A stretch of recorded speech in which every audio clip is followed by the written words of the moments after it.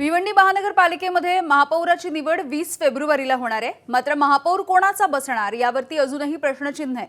भिवंडी महानगरपालिकेमध्ये आपला महापौर बसवण्यासाठी काँग्रेस, शिवसेना आणि भाजप हे रस्सीखेच करतायत, परंतु कुणाकडेही बहुमत नाहीये।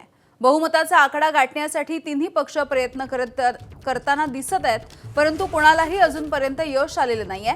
काँग्रेस आणि राष्ट्रवादी असे 42 नगरसेवक एकत्र आहेत, पण समाजवादी पक्ष नाराज झाल्यामुळे बहुमताचा आकडा काँग्रेसला गाठणं कठीण झालंय।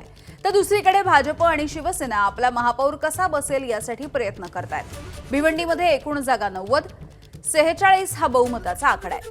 काँग्रेस 30, शरद पवार यांच्या राष्ट्रवादीचे 12, सपाचे 6 असे नगरसेवक एकत्र येऊ शकतात। 34 नगरसेवक असलेल्या भाजप शिवसेनेनं आशा सोडलेली नाहीये। कोणार्क विकास आघाडीचे 4 आणि भिवंडी आघाडीचे 3 नगरसेवक हे आता किंग मेकर ठरण्याच्या भूमिकेत आहेत।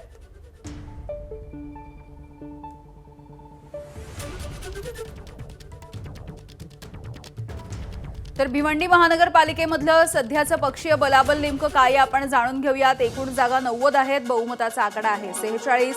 यामध्ये काँग्रेस 30, भाजप 22, शिवसेना 12, शरद पवारांची राष्ट्रवादी 12, समाजवादी पार्टी 6 आणि कोणार्क विकास आघाडीकडे 4 नगरसेवक आहेत। त्यामुळे कोणार्क विकास आघाडीसारखे पक्ष हे किंग मेकरच्या भूमिकेत आहेत।